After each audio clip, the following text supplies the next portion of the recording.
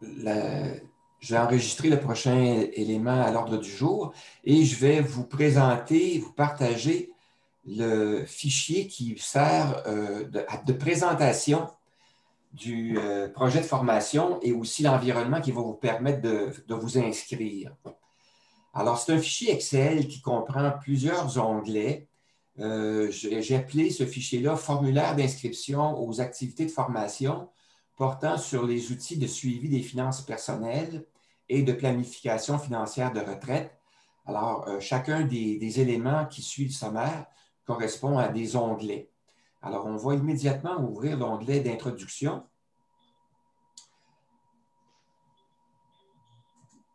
Et je vais vous présenter en gros le projet de formation.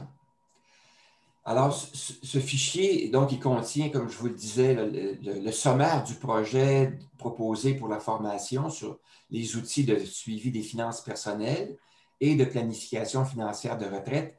Et ça contient aussi les formulaires d'inscription à remplir si vous souhaitez participer aux activités.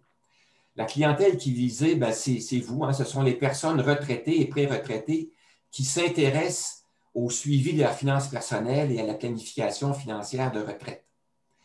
En passant, si vous ne connaissez pas, vous n'avez pas beaucoup d'expérience ou de connaissances en comptabilité, sachez que la formation vous est destinée et qu'on va prendre le temps de vous présenter les concepts, les notions comptables qui sont nécessaires pour vous aider à utiliser correctement les outils qui sont proposés. Le but du projet, c'est d'aider les participants à améliorer leurs pratiques en matière de suivi des finances personnelles et de planification financière de retraite en partageant des connaissances, des références, des outils et des méthodes de travail. J'imagine que vous avez de la difficulté à lire parce que ça doit être petit à l'écran. Si vous permettez, je vais augmenter la taille. Ça va être plus facile pour vous de lire. Est-ce que c'est plus facile à lire comme ça? Oui. Parfait. Oui. Alors, n'hésitez pas à me faire des commentaires si vous voyez que vous n'arrivez pas si la communication ne passe pas bien là, sur le plan auditif ou visuel. N'hésitez pas à me faire des commentaires pour qu'on puisse ajuster la diffusion là, à vos besoins. Les résultats visés par la formation, alors les personnes qui vont participer à la formation, ce que j'aimerais qu'ils aient, j'aimerais qu'à la fin de la formation, ils aient un portrait clair de leurs finances personnelles. J'aimerais aussi qu'ils sachent quels sont les indicateurs à surveiller pour maintenir une situation financière saine tout au long de leur retraite et qu'ils soient capables d'effectuer et de réviser leur planification financière de retraite. Alors, c'est les 3 grands objectifs que je vise et que les personnes qui s'inscrivent à cette formation-là, si vous partagez ces mêmes préoccupations-là, vous avez la possibilité de progresser par rapport à ces objectifs-là. Le calendrier des rencontres proposées. Alors, je vous propose des rencontres qui auront lieu les mercredis de 9h à midi sur Zoom du 4 novembre, donc de la semaine prochaine, jusqu'au 10 mars 2021, donc 2021. Et une pause est prévue pour la période des fêtes. Et le calendrier va être ajusté au rythme d'apprentissage des participants et il sera remis à jour après chaque rencontre. Un exemple de ça, lors du groupe 3, il y a des gens qui se sont montrés intéressés à apprendre des fonctions avancées sur Excel qu'ils ne connaissaient pas. Alors, on a donc rajouté une séance de formation portant sur les outils qu'ils souhaitaient apprendre. Alors, donc, c'est assez souple pour permettre d'introduire des nouvelles notions au fur et à mesure que les participants en manifestent le besoin. Alors, ça a comme conséquence qu'on ajuste le calendrier, mais moi, j'estime qu'on a de l'espace parce que même si on termine plus tard que le 10 mars, la pandémie ne sera pas finie. Alors, on a de l'espace jusqu'au printemps là, pour suivre cette formation-là sans problème. Et la salle qu'on utilisera, c'est la salle de formation de l'APRQ. Et j'ai convenu avec Jacques que si jamais l'APRQ a besoin de la salle de rencontre virtuelle pour tenir des rencontres du conseil d'administration ou d'autres rencontres, nous, on pourra simplement annuler une rencontre et la reporter à la semaine suivante, tout simplement. On va agir avec beaucoup de souplesse par rapport au calendrier de formation. Ensuite, la documentation reliée à la formation, bien, je vais procéder un peu de la même façon que j'ai procédé avec les 6 rencontres, les premières rencontres. C'est-à-dire que je vais ouvrir un dossier dans lequel je vais déposer la documentation. Donc, je vais ouvrir un dossier dans OneDrive. La documentation reliée à tout ce qui est présenté dans les rencontres va être déposée dans un répertoire sur OneDrive au fur et à mesure, de sorte que les gens pourront avoir accès aux fichiers, les revoir, les sauvegarder sur leur poste de travail, les réutiliser et tout ça. Alors, c'est la façon de fonctionner. Ensuite, les enregistrements aussi les rencontres. Alors, les enregistrements vont aussi être faits pendant les rencontres, comme je l'ai fait actuellement. Vous avez déjà des échantillons qui sont faits et les sujets donc sont présentés, sont enregistrés et ils sont rendus disponibles sur Internet. Et je mets à jour, après chaque rencontre, un index des enregistrements et les nouveaux fichiers là, qui sont mis à jour après chaque rencontre sont disponibles le lendemain des rencontres, sont disponibles pour tout le monde à l'aide de l'index qui est déposé dans le dossier de documentation OneDrive de la formation. Alors, donc, vous avez accès à tout ça. Si jamais vous avez raté une explication, vous voulez revoir une explication qui a été faite pendant une rencontre, vous pouvez donc aller suivre, aller réécouter l'enregistrement de façon à pouvoir la réécouter de nouveau et améliorer votre compréhension. Par ailleurs, si vous êtes absent lors d'une rencontre, ben, vous pouvez à ce moment-là aller réécouter un enregistrement, écouter un enregistrement que vous auriez pour une rencontre que vous auriez manqué. Alors, ce qui est intéressant aussi, c'est que les personnes qui vont s'inscrire à l'ensemble de la formation vont avoir accès à l'ensemble des éléments en direct et aussi en différé avec le dépôt OneDrive et les enregistrements. Mais les personnes qui ne s'inscrivent qu'à quelques rencontres, qui n'ont pas besoin de toute la formation que je propose, à ce moment-là, ces personnes-là vont avoir accès au dépôt de documents et aux enregistrements. Alors donc, pour eux autres, si jamais, là, après coup, ils décident d'aller voir un enregistrement qui a été fait sur un sujet pour lequel ils ne s'étaient pas montrés intéressés à participer, bien, ils pourront à ce moment-là aller revoir les explications qui auront été données. Alors, ce que j'aimerais vous dire par rapport à ça, c'est que si vous souhaitez participer à la formation, vous pouvez participer à une rencontre ou à quelques rencontres ou à toutes les rencontres. Mais sachez que j'ai construit la formation un peu comme un tout et que si votre objectif final, c'est d'être capable d'utiliser un outil de planification financière de retraite, c'est un outil, cet outil-là est comme un casse-tête, si vous voulez, ou un gros mécano. Il est composé de plusieurs éléments qui sont agencés les uns aux autres et chacun des éléments et l'agencement de ces éléments-là est expliqué lors des rencontres précédentes. Alors donc, si vous voulez bien maîtriser, être capable d'effectuer une planification financière de retraite par vous-même et la réviser à chaque année, bien, le fait d'assister aux rencontres, ça va vous permettre de connaître de façon très précise chacun des éléments du casse-tête ou du mécano, de savoir comment il fonctionne et comment il est agencé, de façon à ce que vous puissiez être autonome et être à l'aise aussi, avoir confiance dans les résultats que vous aurez, que vous utiliserez, que vous aurez en utilisant les outils. Alors donc, ce serait une bonne idée si votre intention ultime, c'est d'être capable d'utiliser un logiciel de planification financière de retraite, ce serait une bonne idée d'assister à toutes les rencontres. Mais si vous ne voulez pas le faire, bien, vous pouvez quand même le faire en ayant accès aux informations en différé. Donc, les conditions gagnantes pour pour participer à ces formations-là, si vous voulez, le profil du participant idéal, ce serait quoi?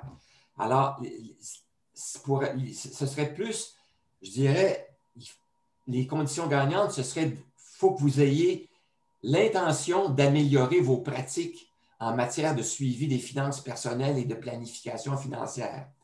Ça, c'est la première condition. Et deuxième condition gagnante, c'est d'avoir du temps à consacrer à ce projet-là, parce qu'entre chacune des rencontres, vous allez peut-être vérifier les données que vous utilisez, vous allez faire vous allez regarder ce que vous avez, vous allez peut-être utiliser de nouveaux outils que vous n'utilisiez pas auparavant, donc vous allez peut-être vouloir inscrire des données dans ces nouveaux outils-là, vous allez vouloir les tester, donc ça demande un certain temps. Alors, ce n'est pas énorme comme temps, mais il y a certaines rencontres, vous allez peut-être constater que ça va vous demander une période, une avant-midi de plus ou une après-midi de plus à faire un peu de travail de ce côté-là. Vous allez voir. Ensuite, autre condition gagnante, c'est qu'il faut avoir accès à Excel version 2007 ou plus récente. Et là-dessus, j'aimerais apporter vous indiquer que j'ai remarqué lors de la réception des questionnaires d'évaluation et du sondage aussi, que certains participants n'ont pas Excel, mais ils ont un logiciel qui ressemble à Excel, qui est un logiciel de type là, LibreOffice ou l'équivalent de ça. Alors donc, ce logiciel-là permet d'utiliser les outils que j'ai préparés pour toutes les fonctions simples, mais les fonctions complexes qui nécessitent de la programmation ou de la programmation VBA ou des macro-commandes ne sont pas prises en charge avec les outils de la suite LibreOffice, de sorte que vous ne pourrez pas les utiliser de façon très conviviale. Également, les personnes qui travaillent sur Macintosh ont parfois des difficultés là, de transition de la version Windows à la version Macintosh. Alors, je tiens à vous signaler ces deux éléments-là. Donc, si vous avez déjà Excel, version 2007 ou plus récente, c'est une condition gagnante. Si vous ne l'avez pas, ben vous partez avec une écharde au pied, si je dirais. Là. Vous êtes capable quand même de fonctionner, mais ça va vous demander un petit peu plus de gymnastique. Autre élément que vous devez avoir, c'est que vous devez savoir lire et interpréter des formules dans Excel. Vous devez être capable aussi de distinguer les deux méthodes d'adressage utilisées dans Excel, l'adressage relatif et l'adressage absolu. Pourquoi ça? Parce que si vous ne maîtrisez pas ces méthodes d'adressage-là et que vous faites des modifications dans les fichiers que je vous présente, par exemple, de couper, copier, coller à des endroits différents, et que vous ne maîtrisez pas ces deux types d'adressage-là, vous risquez de modifier les formules et d'obtenir des résultats qui sont erronés, sans même que vous vous en rendiez compte. Alors, c'est important de maîtriser ça. Ensuite, c'est important aussi que vous soyez capable d'utiliser les fonctions copier-coller, y compris les options de collage spéciales dans Excel. Ensuite, les modalités d'inscription. Alors, les onglets suivants de ce fichier-ci vont vous permettre de vous inscrire parce qu'il y a des onglets qui constituent des formulaires d'inscription. Alors, moi, ce que je vous demanderais, c'est après la rencontre, le fichier que je présente actuellement, je vais le déposer dans l'espace OneDrive de la rencontre. Donc, vous allez recevoir un courriel qui va vous indiquer l'hyperlien à utiliser. Vous allez donc pouvoir ouvrir le fichier, remplir le formulaire d'inscription et me le retourner au plus tard dans la fin de la journée, donc ce soir, le 28 octobre, à l'adresse que vous connaissez déjà, tout simplement. Alors, c'est ce qu'il y aura à faire. Maintenant, je vais vous présenter un autre onglet qui est l'onglet de formation, l'onglet qui contient le projet de formation avec la façon d'indiquer votre choix de formation. Alors, cet onglet-là s'appelle « Choix ». Alors, cet onglet-là, il contient un peu comme le calendrier de formation avec la possibilité d'inscrire les sujets qui vous intéressent, auxquels vous voulez participer. Alors, donc, je vais augmenter la taille peut-être un petit peu pour vous permettre de voir ce qu'il y en est. Est-ce que vous voyez bien? Oui. Parfait, oui. C'est bon. Alors donc, le choix des activités de formation qui sont diffusées sur Zoom les mercredis de 9h à midi et vous serez considéré comme dans ma nomenclature à moi comme étant le groupe 4. Actuellement, c'est le groupe 3 qui est en formation. Alors donc, dans les colonnes de gauche, vous voyez d'abord, à la ligne 4, vous voyez qu'il y a une consigne. Alors, la consigne est la suivante pour faire votre choix de formation. Inscrire un X dans la colonne E, à fond orangé, pour chacune des activités auxquelles vous avez l'intention de participer. Alors, je vais juste diminuer un petit peu la taille pour vous permettre de voir la colonne E. La colonne E, vous voyez, là, c'est marqué intention de participer. Alors, si vous voulez participer, par exemple, à la première rencontre, il s'agit d'inscrire un X dans la cellule à fond orangé vis-à-vis la rencontre. Et ça va m'indiquer que vous avez l'intention de participer à cette rencontre-là. C'est aussi simple que ça. Maintenant, je vais simplement vous mentionner que dans les colonnes de gauche, vous avez, pour chaque rencontre, vous avez le numéro, la date de la rencontre, les sujets qui sont présentés, en résumé, un résumé des sujets qui sont présentés dans la colonne B. Dans la colonne C, on voit les sujets qui sont présentés. La colonne D, je vois qu'elle est figée. Alors, donc, je vais revenir à un affichage un peu plus petit pour que vous puissiez bien voir. Dans la colonne D du fichier, ce qui est présenté là, ce sont les échanges et discussions. C'est-à-dire qu'à chacune des rencontres, j'essaie de prévoir des questions et des sujets qui pourraient être pertinents à discuter, à échanger ensemble, de façon à nourrir et alimenter les connaissances de chacun. Alors, au cours de ces sujets-là, souvent, les gens révèlent les pratiques qu'ils ont et le questionnement qu'ils ont, et les réponses, souvent, viennent des autres participants. Alors, c'est fort intéressant. Les gens progressent beaucoup ensemble à l'aide de ces périodes d'échange et de discussion. Dans les colonnes, la colonne E, donc, sert à inscrire votre choix. Et pour savoir si vous voulez vous inscrire ou non, si c'est pertinent de vous inscrire ou non à une rencontre ou à une autre, j'ai inscrit dans les colonnes G jusqu'à J un code. Alors, je vais augmenter un peu la taille pour vous permettre de bien voir, là. Alors, dans chacune de ces colonnes-là, j'ai inscrit soit la lettre R pour indiquer que le sujet est recommandé ou la lettre C pour indiquer qu'il s'agit d'un sujet complémentaire. Alors, si vous, votre intention, c'est de suivre la formation sur le logiciel Marathon, qui est notre logiciel qui a été changé de nom, hein, comme vous avez vu, portant sur la planification budgétaire de retraite. Alors, vous savez que le sujet de la première rencontre, ben, il est recommandé. Alors, moi, je vous recommande de vous inscrire. Si vous avez l'intention de suivre la formation sur le révélateur, Signet ou Résido, ben, ce n'est pas absolument nécessaire. Vous pourriez décider de ne pas participer à la rencontre. Alors, c'est un petit peu comme ça que j'ai prévu la chose. C'est comme un aide pour vous indiquer si c'est nécessaire ou optionnel de vous inscrire à la formation de chacune des rencontres, selon que vous avez l'intention de suivre la formation sur la planification financière de retraite au complet, jusqu'au logiciel Marathon ou pas. Alors, c'est clair que pour tous ceux qui veulent participer au logiciel Marathon, qui veulent utiliser cet outil-là, je recommande de suivre toute la formation parce que, comme je vous disais, c'est un gros mécano et toutes les pièces sont expliquées et l'agencement de ces pièces-là est expliqué dans les rencontres précédentes.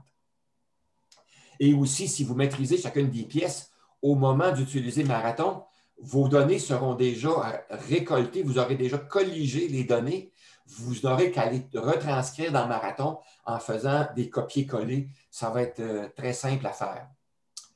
Alors voilà, c'est la façon que j'ai choisi de vous indiquer quelles sont les rencontres auxquelles vous pouvez participer, d'indiquer votre choix de cours finalement. Et moi, je vais pouvoir récolter ça lorsque vous m'enverrez le fichier rempli. Moi, je vais pouvoir savoir combien de personnes vont participer à chacune des rencontres et tout ça. Ensuite, les onglets suivants. Alors, les onglets suivants sont constitués de la même façon. Je vais augmenter la taille de chacun de l'onglet pour vous permettre de mieux voir. Alors, il s'agit d'onglets qui permettent de vérifier l'admissibilité à la formation pour chacun des calculateurs de planification financière de retraite Signet, le révélateur, Résido et Marathon. Pourquoi ça? Parce que pour utiliser ces calculateurs-là, il y a des préalables très spéciaux qu'il faut que vous ayez. Si vous ne les avez pas, c'est mieux de ne pas vous présenter parce que vous allez perdre votre temps tout simplement. Alors, en vous informant dès maintenant des préalables, ça va vous donner l'occasion de les connaître, ces préalables-là, de faire votre recherche d'informations, d'aller rechercher la documentation nécessaire aux besoins et ça va vous permettre d'arriver à la formation et d'être prêt. Alors donc, vous avez les préalables qui sont indiqués. Alors, vous avez 2 questions qui vous sont posées, puis vous répondez en cochant oui, cochant oui, non ou je ne sais pas. Et pour chacune des questions, tout simplement. Alors, c'est assez simple à remplir. Voilà, ils fonctionnent tous de la même façon. Vous aurez donc, si vous souhaitez ne pas participer à la formation sur Signet, ben, vous n'entrez aucune donnée dans Signet. Moi, je vais savoir que vous ne participerez pas à la formation sur Signet, tout simplement. Alors voilà, c'est la façon dont j'ai prévu le cadre de formation et le formulaire d'inscription. Je vais terminer le partage et terminer l'enregistrement.